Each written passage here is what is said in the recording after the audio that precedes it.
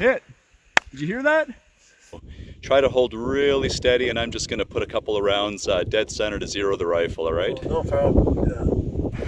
Welcome back to Precision Riflecraft, and thank you for joining us. We have an interesting concept we're going to try today, which is we're going to take Papa Riflecraft out to the field. We've come back to the grasslands of the BC interior to show you another perspective on this beautiful place. And we've brought my dad out here because he has some interest in this sort of a thing, but he's not like you and me. He's not an enthusiast. This is going to be his very, very first time shooting a precision rifle. We're going to talk a little bit about fundamentals of marksmanship, a little bit of discussion of the wind and environmental considerations, but we're really going to tailor this video to two kinds of people, to beginners, people who are interested in trying precision long-range rifle shooting. I think this will be an interesting sort of a walkthrough of someone's first attempt at long-range precision shooting. We're going to do a one-on-one tutorial, and I think this might be interesting for more experienced shooters too, who are instructors, who want to become instructors, and might want to think a little bit about how they explain their process to a neophyte, to somebody new to this discipline. It's a lot of fun, and that's why we do it, of course. And I brought Papa Riflecraft out because I thought he'd be the perfect subject for this. So your real name, of course, is Dave. You're Dave Riflecraft is your full legal name, correct? That's correct. Yeah. All right, Dave. And how old are you, Dad? I'm 70. So Papa Riflecraft is 70 years old. He has some modest experience with firearms, but you know, you don't really own guns. Do you own any guns, Dad? No. Dad owns a SIG P320 pistol. So that's it. That's the only gun he owns. He's got a gun. It's a pistol. Fair enough. Yeah, a gun is an artillery piece, isn't it?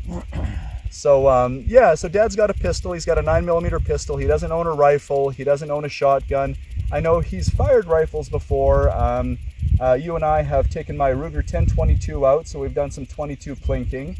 And let's see what else. We took a shotgun out to the range once. 12-gauge semi-auto shotgun I borrowed from a friend. We took that to my gun club, and because he wanted to try a shotgun. And what else have we done together? We've fired my pistol a couple of times, twice. Yeah, I think twice. Yeah, twice we took my pistol out, 9mm pistol. And I guess prior to me, you know, bringing you into this world of mine, what experience do you have with rifles? Have you fired rifles without me? Yeah, when I was 16 in high school, we had Lee Enfields in the militia in Calgary. So in Calgary, you were a militiaman, you were a reservist? A student. Yeah. Student militia. Yeah. And what year was that? 64, 65. 64, 65. So that was a 303 British Lee Enfield bolt-action rifle. That's the one. Yeah. All right, cool. So you fired Enfields back in your youth, and you've done a bit of plinking since then, but you know, you're not really a shooter. You don't really do this. No. This is your first time. This is my first time, yes. Yeah, great. Okay, so yeah, so like I say, this is Papa Riflecraft's first time with a precision rifle. We've set up a range here in the grasslands of BC. We have our steel target, slightly different steel target from last time. Previously in episode 7, we were running a 17-inch by 12-inch gong, I believe it is. But this is an 18-inch square gong, so it's 18 by 18. That's 2.25 square feet, and I think that's an appropriate size for a number of ranges. When you're doing this kind of shooting, I think you know, 18 by 18 is a really good size for long range and even ELR, extreme long range shooting. You know, sort of in this case, this would be sort of at and past the supersonic range of this rifle. So if you're shooting at a 308 at a you know, 1,000 meters, let's say, I think 18 inches square is a really good target size, balancing practicality with difficulty. And the environmental conditions today are really good. It's quite calm here. We are getting a little bit of breeze blowing through, but by and large, it's very, very calm here, and we've come on a good day to bring a beginner out and not throw a whole bunch of wind at him, pushing his bullet around and making things difficult. So we really want to see you know, what a beginner can do. We're starting out at 250 meters thereabouts. I think I ranged at 256 if I recall, and we're gonna get on target there, and then we're gonna move back and see how far back we can take a brand new precision rifle shooter. All right, so far all I've asked my dad to do is to get behind the rifle and try to get comfortable. Of course, he's seen people shooting, he's seen me shooting in the past and in the videos, so You know, it looks to me like he's in a comfortable position, and really, Dad, that's the most important thing, I think, in terms of a starting point. You really want to maximize your comfort. You want to make sure that, you know, there's no great big rock in your rib cage underneath you. You're not straining your neck. How's your back feel? I know you have a little bit of a neck issue. Does it hurt at all, or? All the time. All the time. All right. Well, then it shouldn't affect you today because you're used to it. So yeah. So you know, another thing you want to look at, Dad, is you know, how you're looking through the scope. So the distance you set your eye back from this eye box here, from this ocular bell of the scope, is really determined by what gives you the best sight picture. So you're going to generally want about 4.5 inches from this scope at this magnification level. But the important thing is to kind of move your head forward and back until you have the largest possible sight picture without any unnecessary black area occluding it, right? So Yeah. does that look about right to you? Yep. Okay, good. So you got a good sight picture. Can you see the target, by the way? Have you moved it into position?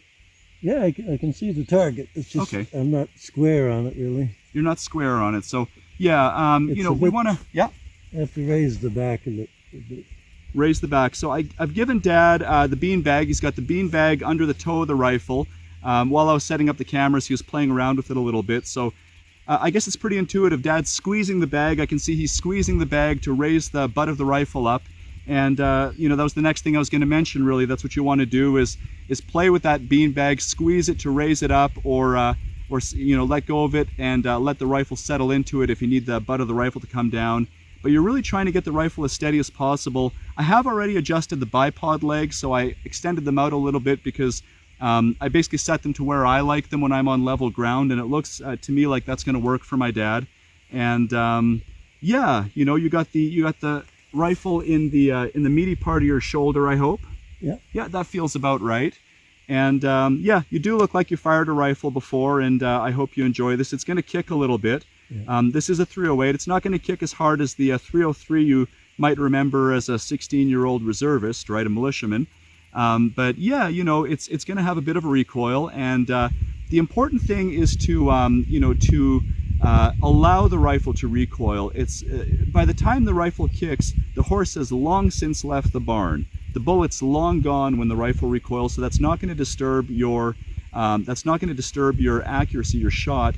What will disturb your accuracy is flinching in anticipation of the recoil or jerking the trigger. You want a really steady rearward pull of the trigger to break your shot. It really ought to surprise you. So I have the trigger. This is an AccuTrigger on the Savage Model 10. I have it adjusted all the way down to the bottom of its range, which is about 2 pounds. And yeah, what we're going to do is we're going to pull the mag, which I've already loaded. We got 5 rounds of Federal Premium in there with 168 grain Sierra Match Kings, which is my favorite factory load for this rifle. And I'll get you to lift the bolt handle, Dad. So go ahead and take the rifle out of battery, all the way up. Yeah, and all the way back. Now hold it open for a sec. And of course we got an empty chamber, no magazine, and nothing's ejected. You can see inside the chamber there that it is empty. And so I'll get you to go ahead and close the bolt again. Lower it, yeah. So now you're in battery again. The rifle is safe, it's empty. You know, we are shooting at 256 meters, so we're going to adjust the scope to that range. This is zeroed for 100 meters, and therefore we have to make some adjustments. What we're going to do is we're going to consult our little dope sheet here, and we're going to see that for 242 meters we got 0.8 mils, and for 268 we got 0.9. So I'm going to go with the 0.8 because it is quite a hot day today. It's about 30 degrees Celsius, and a hot atmosphere is not a dense atmosphere. So the colder your atmosphere is, the closer together those air molecules are, and of course that makes for a denser atmosphere. So we're going to err on the side of not so dense atmosphere. We're going to dial in 0.8 mils. So what that is I'll get you to reach up here, Dad. This is your elevation turret. This is your vertical plane of adjustment, and you're going to turn it counterclockwise, dialing up, unscrewing it, 8 clicks to the 0.8 position. Okay. There you go. And for windage, we're not going to make any adjustments. We're not going to adjust for spin drift or anything like that. We'll discuss that once we get further back, provided you get on target at this range, Dad. So the next thing you want to do is decide how much magnification you want.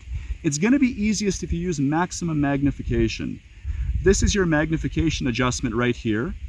It's a lever. Down, the way I've set it up, down is all the way out, and up is all the way zoomed in. And you'll feel as you rotate it, there are detents there that tell you that this is 6 power, 8 power, 12 power, and 24. But what you want to do is find your target at the lowest magnification setting, because there, of course, you have the widest field of view. It's easiest to find your target. And once you've found your target, then you can dial up. Before we do that, we're going to make the rifle hot. We're going to put a magazine in for Dad. And let's have a look here. Of course, we haven't chambered around yet. We're just ready to chamber around. Before we do that, I'm going to get you to flip your level out here. This is a cantilevered accu-level. And you're going to observe that the rifle is canted now. Your bubble is not centered. So what I'd like you to do, there's a tensioner here on your bipod. Yeah. When it's to the right, it's loose. So you can adjust, you play with the cant of the rifle a little bit, try to level it. Yeah, there you go. So that's loose. And so yeah, I would get a little bit of tension on it so it holds whatever you adjust. So there you go. Yeah. So level out that bubble, and then absolutely, there you go. And you can force it a little bit with, even once it's mostly tightened down, you can still kind of twist it a little bit, but that's good enough. Yeah, there you go. So it looks like, I'll actually loosen it off a bit for you. Let's get it right in the center. Okay. And now we're going to tighten it down, and it's nice and snug now. Okay. So as it happens, guys, there's a herd of horses here that's grazing and moving through the area we're shooting in, and I'm actually going to go down range and scare them away, because we definitely don't want to be shooting over top or around these horses. That's a risk we're not willing to take, obviously. So we're going to, actually I'm going to pull the magazine out, and we're going to verify that the rifle is still clear. And I'm actually going to go down range and scare some horses away before Dad takes his first shot. Yeah, well, we don't need any horse meat. All right, off you go. Goodbye. Off you go. All right, so let's, so Dad's got his earplugs in now. We're going to take, we're going to zoom him out again so we can find his target in a moment. Okay. We're going to take our magazine here, and Dad, I'm going to put the magazine in the magazine well here. Okay. There you go. So I'm going to get you to chamber the first round, Dad. Go ahead and lift the bolt handle. Yep. All the way back. All the way forward. And down. Now, very important to keep your finger off the trigger, right? The rifle is hot now. It's a very light trigger. So you are ready to shoot, and we're going to take our time, but do keep your trigger finger off that trigger. That's very important. I don't want it surprising you, for example, when it's not yet in your shoulder and breaking your glasses against your face, right? So I will mention that most people find it difficult to shoot scoped rifles with a brimmed hat. You have kind of a shorter brim on your hat, so it might not bother you. If it feels like it's in your way at all, you can lift it up or take it off. It's entirely up to you. A lot of guys, if they wear a ball cap, they'll turn it backwards, and and that way it's out of their way. But it's a personal thing. It's a question of your own preference. So yeah, generally it's going to be easier without a brim. And let me know when you found your target, Dad. You got it? Yeah. So I'm going to zoom you up now. Everything is set, and we got a little tiny bit of a breeze coming in from the left. I'm going to go over to the spotting scope, so don't put your finger on the trigger yet.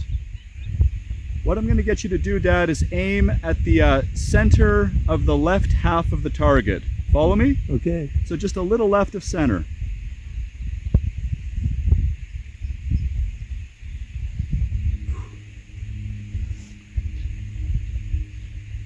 Breathing is very important. If you find you're holding your breath and it's taking you too long to break your shot, and it's getting harder and harder because you're depriving yourself of oxygen, as I see, I've heard you breathing, so I think that's what's happened just now.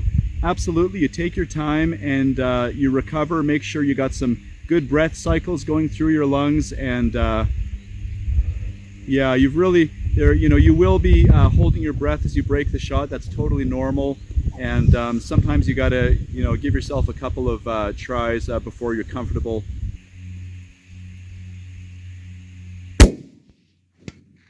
Hit. Yeah, you nailed it, Dad. I just can't quite see where. It might be easier on the computer screen once you guys are seeing it. It might be very obvious, but it's difficult for me to see on this smaller screen with the glare of the sun. But Dad has clearly hit the target. It's an 18-inch square target at 256 meters. His first time ever behind a precision rifle. How did it feel? Good. It wasn't much of a recoil. That's good. Well, you're a big fella, so it's not going to hurt you. Yeah. No, it's good. You did it. Yeah. Well, I'll tell you what, let's see if you can get 3 in a row. Let's start with 2 in a row. Go ahead and lift that bolt handle up. In fact, I'll give you a hand here with magnification again. Or I'll get you to do it. You know, go ahead with your right hand, Dad, or your left. Whatever's better for you. Reach up and push it all the way to the other way. Yep, all the way to the left. And that way you can find your targeting once you're done. All right. And yeah, one thing I'll get you to notice, Dad, is you'll see that your bubble level is a little to one side. Right. That's because there's, when the rifle fires, it actually twists because of the twist of the rifling, the twist of the barrel. This barrel is imparting a spin on the bullet of about 200,000 RPM, which is amazing if you think about it. If you're used to engines, 200 grand is an incredible rate of revolution. So what that means, of course, is that with the equal and opposite effect of the rifle moving rearward, it's also moving in the direction of the spin. It's also torquing the rifle. So every time you shoot, it's gonna impart a bit of a twist to the rifle system. And what that means, of course, is that it's taking you off your center. That's not significant. I wouldn't worry about that. If you were shooting at a mile, then we would want to look at everything with a fine-tooth comb. At this distance, I wouldn't worry about fiddling with the bipod and fixing that. It's still mostly centered. You can see that, right? But yeah, go ahead and cock the rifle. So you're going to lift it, eject your previous all the way back. It's very important to go all the way back. Yeah, there you go. So here's your spent brass right here. Okay. And it'll strip the next round off your magazine if you go all the way forward. And the reason we're careful to make sure that we go all the way back, Dad, is because sometimes if we're having a good time, we can short stroke the rifle, which means we pull it back enough to eject the previous casing. And we think we've done our job because we see the casing fly out, and then we push forward, we take our time, we take our shot, and click. And now we got to wait 30 seconds in case we did chamber around and we got a hang fire, in case we got a delayed ignition, right? Usually when I hear a click, it's because I've short stroked it, if I'm honest. So one piece of advice I'll give you is to always go all the way back. You're not going to hurt it, and then forward. So the rifle is hot again, easy on that trigger. But get your sight picture again. Now you're a little close, Dad. Yeah, there you go. Okay. You got your target? Yeah. And I'm going to zoom you in now. In fact, I'll help you, because I think if I ask you to take your hand off your beanbag, you might lose your target. You want to stay left of center again? Or? Yeah, I think, you know what? The breeze has died down. You feel that, right? Yeah. But the wind is gone, so I would aim center now. Send when ready. Hit. That's good. And I still can't see where your bullet landed on the screen here, but yeah, you've clearly got... You've rung steel a second time, so go ahead and run that bolt now, Dad, and see if you can still keep your point of aim without, yeah. All the way back, now all the way forward. Down. Remember, the rifle's hot. Right. You see your target? Yep. So when you're ready, Dad, take your time. Give me one more dead center. No wind.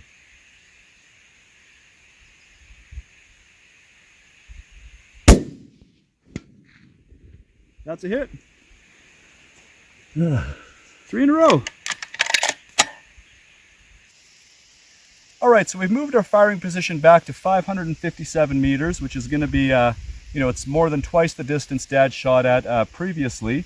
And we're going to, of course, have to make an adjustment to our elevation here on the rifle scope. We have a cheat sheet here Dad was asking me about off camera. This is the shorthand version of my data on previous engagements, my dope sheet, which lists all of my notes from previous shooting experiences, including environmentals like temperature and so forth. But this is a quick reference here I keep on the rifle, and per our rangefinder, we're at 557 meters now from our target, and our closest dope is going to be 558 meters, which is going to be 4.4 mils. So Dad, I'm going to get you to dial up, again screwing counterclockwise on the elevation turret. You're at 0.8 now, and we're going to go to, let's just make sure we're doing this, 4.4. So yeah, go ahead and dial up to 3. That's 4. 4. So Dad has dialed up 4.4 mils on the elevation for this distance, for this range. And the next thing we're going to do is we're going to give it one click to the left to compensate for spin drift, which is a phenomenon we discussed in episode 1 of Precision Riflecraft. So Dad, I'll get you to click. I'll get you to dial one click to the left. So that means up. There you go. Okay. Because the tendency for the bullet is to deviate to the right because it's spinning to the right. Therefore, we want to counter that effect by adjusting to the left. And for this range, 0.1 mil or one click to the left will be sufficient to account for spin drift. So we've dialed in the scope now. I'll get you to flip out your bubble level, Dad. And as it happens, it's level. It's funny how often that happens. It's like a good omen, I think. So you are level, although I think we're going to ruin that because I just noticed that the bipod is all the way in. I'm going to adjust it for you. I'm going to get you a little bit more height here because I think you're going to need it. Just looking at the ground in front of you. This is usually what I need. And you're a little taller than me, but we're about, laying behind the rifle, we have about the same profile. So there we go. So go ahead and, yeah, that's right. Loosen off your bipod. It's going to be a bit stiff. I'll give you a hand. Oh. There you go. Okay. You don't want to go too far because then it'll be too loose. So yeah, loosen it off and now adjust your rifle. So tilt the rifle to eliminate that cant. Okay, that's pretty good. That's perfect. So now you're going to want to snug it up, move it to the left. You got it. Nice and tight. Yep. And so we've dialed in our firing solution into our rifle, which is 4.4 mils up and 0.1 mil to the left. And it looks like the weather has it's been quite stable. We had a kind of a breezy interlude there when we were setting up. I thought it was kind of going tits up, but it's actually calmed down now. So yeah, it's looking pretty good. We forgot your earplugs, so let's get those in. Good thinking. So Dad's got his earplugs in now, and he's going to find his target there. And also, let's not forget, Dad, we're going to adjust your focus as well. I almost forgot about that. We're going to adjust that up to about here, somewhere past the 500 meter mark, 500 yard mark on that focus knob, and that'll ensure everything is copacetic. So yeah, we haven't. Yeah. Magnify. You ready? Actually, before we do that, let's charge the rifle. So go ahead and lift that bolt handle all the way back and all the way forward, all the way down, all set. So yeah, remember the rifle's hot, trigger's very light. So let's keep our trigger finger discipline. And let me know when you're ready to. Okay. You're on it? Yeah. Here we go. We're going to go all the way to 24 power. Make this as, as realistic as possible for you. And your cant is still good. You have a little tiny bit of cant. There we go.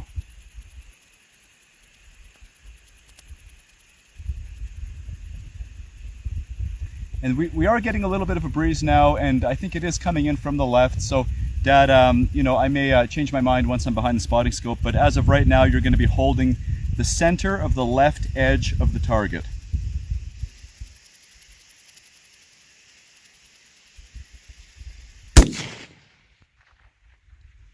So you're high right, and I suspect that that's probably going to be a technique issue. I suspect it's something that you did because everything's dialed in correctly, and there wasn't any significant wind here.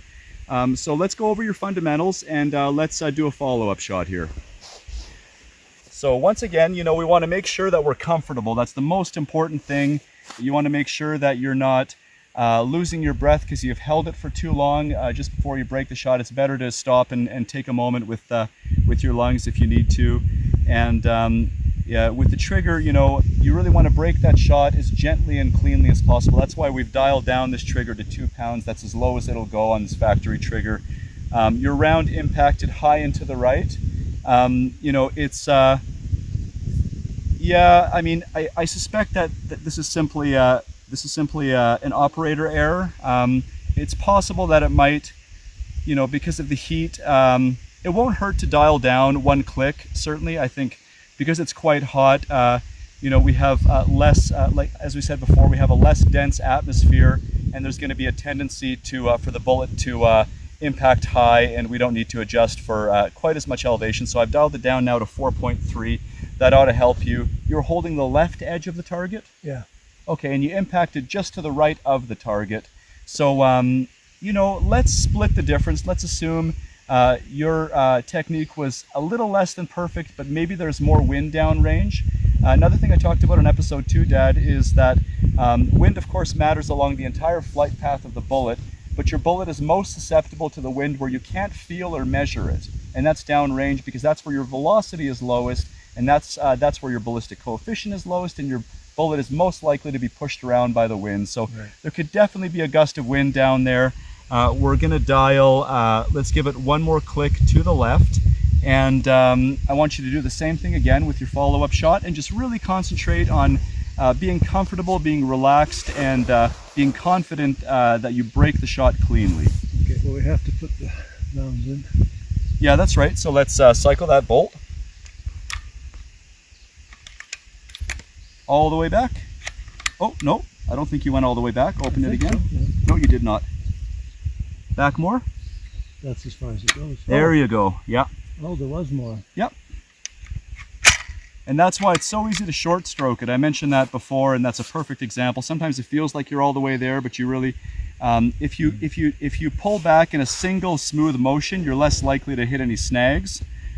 It is a Savage, right? It's not a Tika or a Seiko. It's not quite as smooth as it could be, but there's a little bit of jiggle in that bolt, and if you come back in a nice smooth action all the way until it stops, then you can be sure you're not going to short stroke it. But we'll have to go yeah, down. so let's dial your magnification down, and let's correct your cant error now.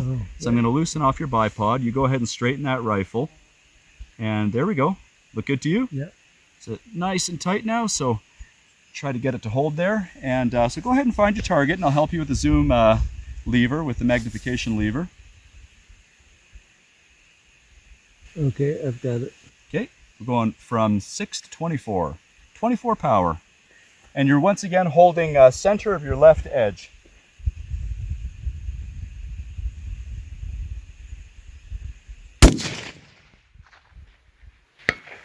Hit! Did you hear that?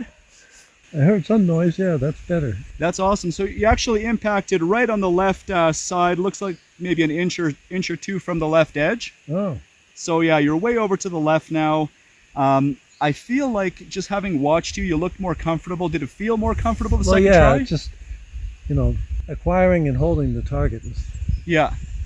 Well, remember, you know, this is what, I think that was your 5th ever pull of a precision rifle's trigger. So, you know, the progress curve is going to be really steep right now. You're going to do much better shot to shot, right? I'm not improving much with every shot I take. My attempts at improving are more focused on learning the environment and wind, that kind of thing. But with the fundamentals of marksmanship, with the way you're running the rifle, you're making huge leaps and bounds from shot to shot. So I'm actually going to dial out that last correction in the wind, because we windage, because we actually impacted right on the left edge of the target. And I'm confident now from watching your second shot that your initial miss was an operator error. So we're going to stick to that 0.1 mil to the left to account for spin drift, and we're going to continue to hold on the left side. Maybe not, maybe on the left edge for your second shot again. Maybe a bit to the right. You remember the first shot you took, Dad, you had tried to hold on the center of the left half. Right. I'd like you to do that now if the conditions remain as they are, because it's very gentle right now, the wind. We're not too concerned about the wind, and you did impact all the way to the left. So,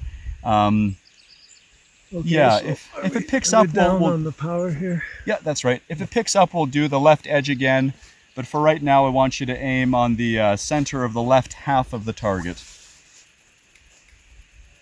Okay, ready for mag. Okay.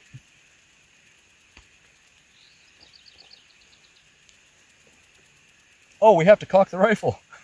Didn't I just do that? I only see one piece of brass on the ground. All the way back. Oh, yeah. Oh, no, I was right. Yeah, it's empty. So there's the second empty. My mistake. Yeah, go ahead. No, I'll have to fix it again. I can't. Okay. Here we go. Good. You want me to dial down the magnification? Yeah, I can see that. Yeah, no problem. You might be a little close. Yeah, there you go. You want to keep that optimal distance from the eye box, right? You want the biggest possible picture you can get determined magnify. by... Yeah? Yep. Okay, here we go. You're at 24 power. And Dad, I want you to hold the center of the left side of the target.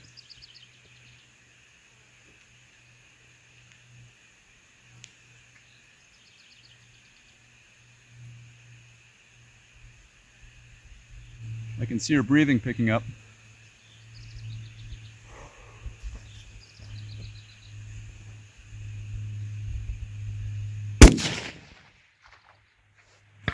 Nice, very nice, Dad. So your hit is a high right quarter of the target.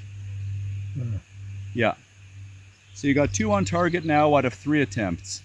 Let's connect one more time. I have a good feeling about this. I think you can connect 3 in a row. And if you can pull that off for us, we'll hike up the hill and... Okay, so center, still center. So where did you aim right now? Sorry? Where did you aim for this shot? I was still kind of center left, I think. Yeah, so kind of the center of the left half of the target. Yeah, I want you to do that again. And yeah, I think the vertical deviation is nominal. I think I just want you to repeat what you did. So you got to cock the rifle again. Yeah, there you go. Dial it down. All the way back, Dad. Nice. And now forward. There you go. Remember, the trigger is hot. And this is unstable here. So adjust your bag there, your bean bag. That was really nice, Dad. I'm proud of you. Thanks. I'm just getting a little tired. Yeah. Is that centered? Yeah, pretty much. We'll just fix that a little bit.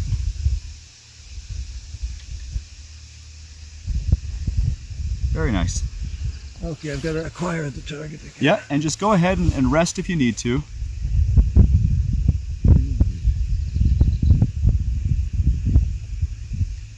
One thing I'm going to point out, guys, I see my dad doing is he's twisting the bipod to get on target.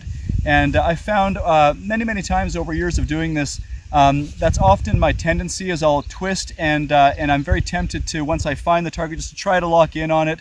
But I really find that introducing any kind of torque to the bipod is going to dramatically increase your likelihood of horizontal deviation of impact. So what I'd like you to do, Dad, is once you find your target, try, it's not easy, but I want you to try to reach over with the left hand, lift up the rifle, and get that twist out of the bipod so you can settle it down as close to the target as possible. Of course, you want to do that with your lowest magnification, right? Try to find the target. You know, you're going to be doing it by twisting the rifle like this, and you can see the bipod twisting. But once you find it, try to lift up on it, and then set it back down so there's as little twist as possible in that bipod. That's going to dramatically decrease the tendency for a horizontal spread with your points of impact. Let's see here.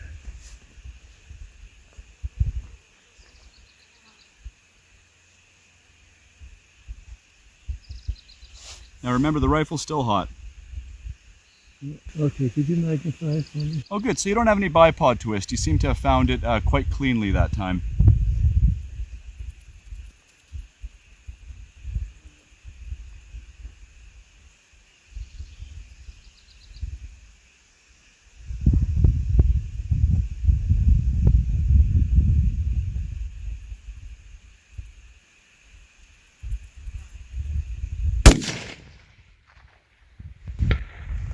Nice, right edge. Yeah, you got a good impact right edge. Very nice, Dad. 3 in a row. Thank you. I'm glad I hit the thing. Yeah, that's great, man. So it took you one to kind of get accustomed to this range. I think it's just my neck is a bit sore. Yeah. And it's the muscle fatigue of trying to be, holding everything, keeping it against the shoulder. But yeah, I'm hitting the thing. It's amazing. It is amazing. You got 3 hits, 3 in a row at 557 meters on our 18-inch gong. And if I were you, I'd be very pleased with that as a first attempt. All right, Dad. So what did you think? That was interesting. You got some pretty good results down there, and And how do you feel now that we're at 815 meters? Well, it basically looks impossible. But yeah, I can just about see it with my naked eye. The target. Yeah, you can. A tiny orange blood. Yeah, there's a nice little orange speck down there, 815 meters away. And I had a bit of difficulty getting the spotting scope focus because of the mirage, because it is like, I think they said it'd be 32 by this time today, 32 degrees Celsius. So it's a warm one. You know, we hiked up this hill. There's sort of a tree line here, and we got a nice vantage point, 815 meters to target. And yeah, you know, let's manage our expectations. You know, we learn as much from missing as we do from hitting, more so sometimes. And we're going to, yeah, we're definitely going to learn a thing or two today. I'm really, really impressed with you, Dad, for your progress so far. I want you to kind of hold that in your mind, and remember that most of us miss at this range, particularly when we're starting out. This is not an easy yardage to shoot from. Well, thank you, son. I'll do my best. I'm looking for bears. Yeah, we saw a black bear. Unfortunately, we didn't get footage, but we seen a black bear. We saw canoni, as my son calls them, and we saw, what else? A frog and a herd of horses. Yeah, is it a herd? I think so. Yeah, a herd. A herd of horses. Oh. So yeah, so this is 8:15. The wind has picked up a little bit. It's still very, very, very good, very gentle right now. So we're going to hope for some good results. I'm noticing on our dope sheet here we have confirmed data for 807 meters, 8.5 mils. So, you know, it is quite a hot one. I think it was pretty hot when I got that data too. I'm not going to bother pulling out my spreadsheet right now. We're just going to kind of run with it. So, you know, I'm going to suggest, you know, that's, you know, it's a small discrepancy between that and our range right now of 815. Let's just give it 8.6. So go ahead, Dad, let's dial, we're at 4.4 still. So let's dial to 8.6. 8.6? Yeah. 6, 7, 8, 8.6. So we've got 8.6 mils up, and we're going to dial, we do have a bit of wind. I'm kind of trying to decide whether I ought to get you to shoot, to hold for wind with the reticle or dial for wind. Generally we hold for wind because then we can kind of quickly adapt to changing conditions. You're not really familiar with this reticle though, so I think that what I'll do is, we're still at 0.1 to the left for spin drift. I'm going to give it 2 more clicks. We're at 0.3 now to the left. We're going to try to hold center with your reticle. Really at this point, forget about holding left edge, right edge. You're just trying to be as steady as you can, center of the target. And yeah, we've dialed 0.3 to the left. I might actually pull out my spreadsheet and see what I held for wind last time, because I feel like the conditions were about the same. And we might adjust that in a moment. But in any case, the rifle's set to go. We're going to flip out our bubble level. We're going to loosen off. Go ahead, Dad. Our bipod, there you go. Get that cant out, tighten her up. There you go, good and tight. Magnification's at minimum. So yeah, why don't you go ahead and try to get on target there.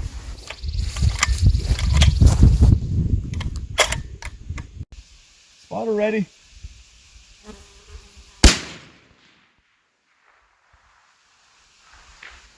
So you're high right, Dad. High right. High right. So low left. Yeah, well, you held center, did you? You held center. Be that so, let's dial down 1 click. So let's give this 1 click down. And yeah, let's bring this 1 closer to center. So did that click there? Yeah, we're good. Yeah, we're good.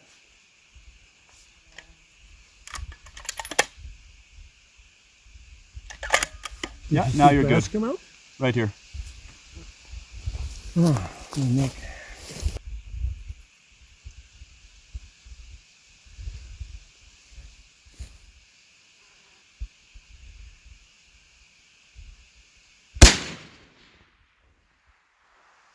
So now you're high and to the left, almost exactly the opposite of the previous shot. So I'm guessing that's some combination of the wind and you breaking the shot a little less than perfectly. How does it feel?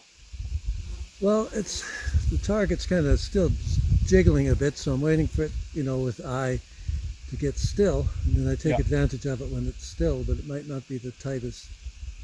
So that's probably the mirage. It's there's quite a bit of mirage right now. I can certainly see it in the spotting scope. But yeah, go ahead and rack the rifle. Go ahead and chamber another round. And I want you to dial, let's dial another click down here because we're consistently high. So we're gonna just walk it down a little bit. So there you go, that's one click down. I have to fix the cant again.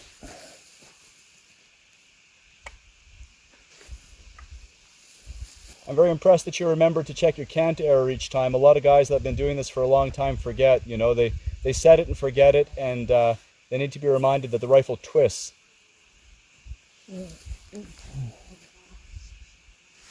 Oh, and that magnification.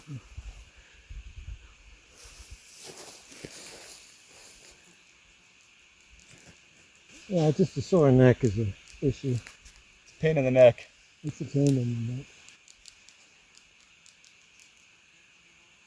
Yeah, don't hesitate to move that bag front to back if you need it to go higher. Yeah, there you go.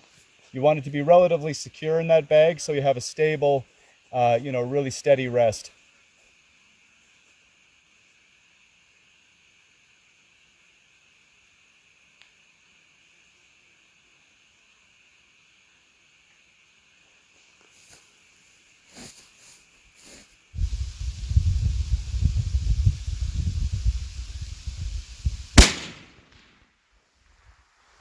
So high and to the left again. And you're holding center? Trying to. You're trying to. Okay, that's good. So let's dial down yet again. In fact, I'm going to dial 2 clicks down because we're still consistently high, and it's just quite a tiny target. It is, yeah.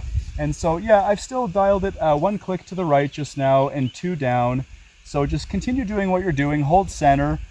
Try, if you feel a strong gust of wind, try to wait it out. Really, it's the wind downrange we're most worried about, but we're also concerned about the wind here. So, to me, it seems pretty consistent, very gentle. I think we're doing the best we can, but yeah, by all means, take another shot with the adjustments I've made when you're ready. And of course, run your bolt because you've got to chamber another round here. But I feel like you're getting close. We just gotta get it in there.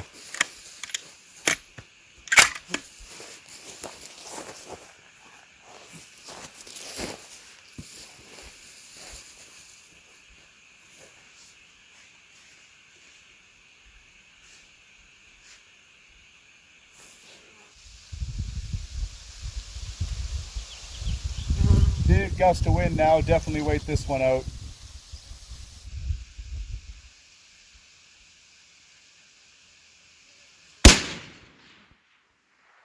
Oh, just barely missed it on the right edge. Center right. So elevation now is really good. It might be just getting blown around by the wind, but we've definitely got the elevation dialed in now. You just missed the right edge of the plate. Okay. So what I would do is I would chamber another round and then just take a little breather. One less thing to do when you're ready.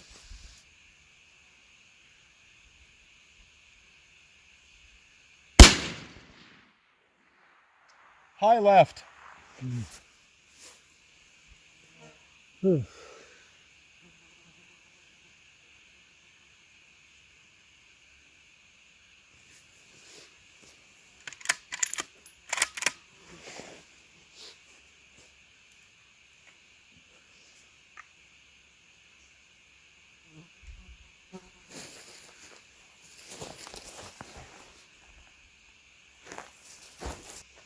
Oh, I can't see it.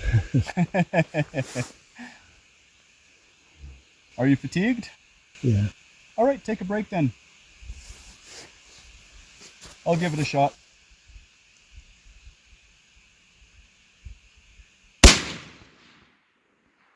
Low right? Low right, yeah. See, at this distance, you can recover fast enough to see, even at max magnification, where your bullets go.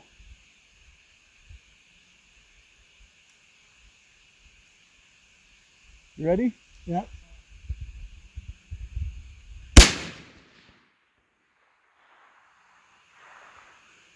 Couldn't see it. Yeah, I didn't see a splash, did you? No.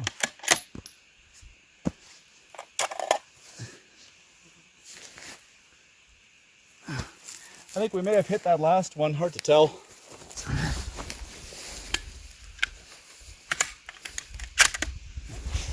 Okay, I'm spotting. When you're ready.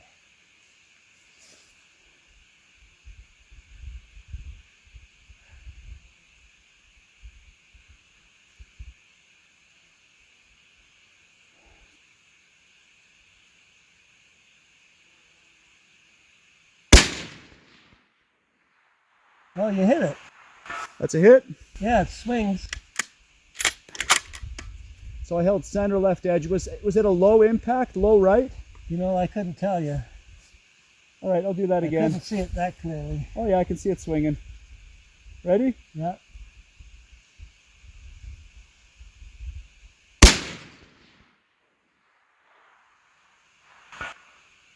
That's a solid hit. Yeah. I'll try a third.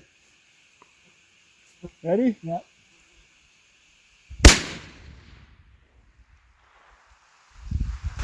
I don't know if you That's a hit. I just heard it now. You heard it? Yeah. Because it kept swinging. Yeah. Yeah, 3 in a row. I'm happy with that. You got 5 in there. You want to give her a go? I can go a couple. I just, like I say, I'm not getting easier. So Dad, I've been holding center left edge. Okay.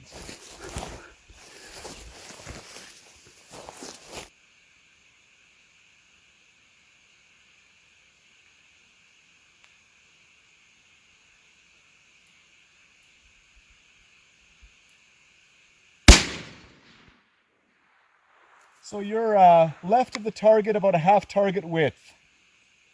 Yeah, I was kind of going for the left edge there. Yeah, I gotcha. Well, cycle that bolt again, and this time hold center for me.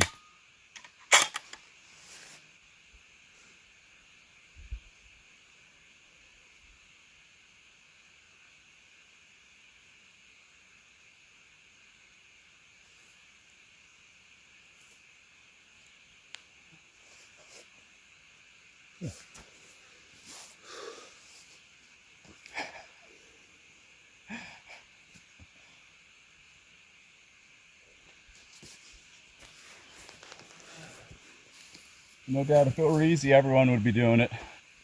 Yeah, I'm just getting too hot, I think. Yeah. Well, try one more, and you know, it's very difficult. There's no two ways about it.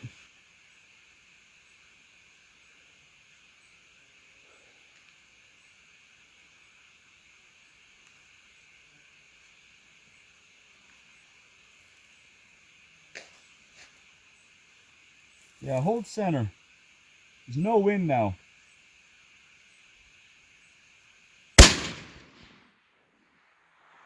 You're about 2 target widths to the left, so I think you're just getting fatigued. I'm too tired. Yeah, for sure. Yeah, And I'm that's too hot. very common. Absolutely. Yeah. But a very good effort, Dad. You came, you know, it looked like that one shot, you were like an inch from the right edge. That's really, really good. I'm very pleased with, you know, overall with your shots, and this is a very difficult one up here. All right, Dad. So what did you think? I think it was a great day. We saw lots of animals. Didn't get eaten by bears. I actually shot the target 3 times at least. It was great. But, you know, my neck got a little sore and I got a little fatigued towards the end with 815 meters. So maybe one day I could do that, but I think I was past it. But yeah, it was great. Beautiful place. Nice to be out in the fresh air. You know. Yeah, for lovely, sure. really. Yeah, it's great to be outside. That's my favorite thing about shooting, is coming out here and being in these places. And 815 meters is a big ask of anyone. And I'm not aware of anyone else who's taken a first-time rifle shooter. And I'm sure it's been done. There's probably videos on it. I just haven't seen them. But you know, it's an unusual thing to ask someone to shoot 815 meters their first time. I think it would be unusual to ask someone to hit that gong from 560 some meters, and shoot with consistency, which you did. You got 3 in a row, and I, like I said before, were I you, I'd be very happy with that. I'm certainly very impressed, and I think you did really well. Well, thank you, son. That was a lovely day. Can I go home and have my nap now? No, we're gonna hike up there and shoot 1,000 now. Anyway, great day. Yeah, right on. Thanks so much for joining us, guys. I hope you found that interesting. Please feel free to hit that like button if you enjoyed it, and maybe share the video with your friends. Maybe subscribe if you haven't yet. And yeah, we'll see you again next time, hopefully here. There's a lot of summer left, and I definitely plan to come back here. It's a nice place to shoot, and next time we'll stretch it out even farther. So we'll see you next time.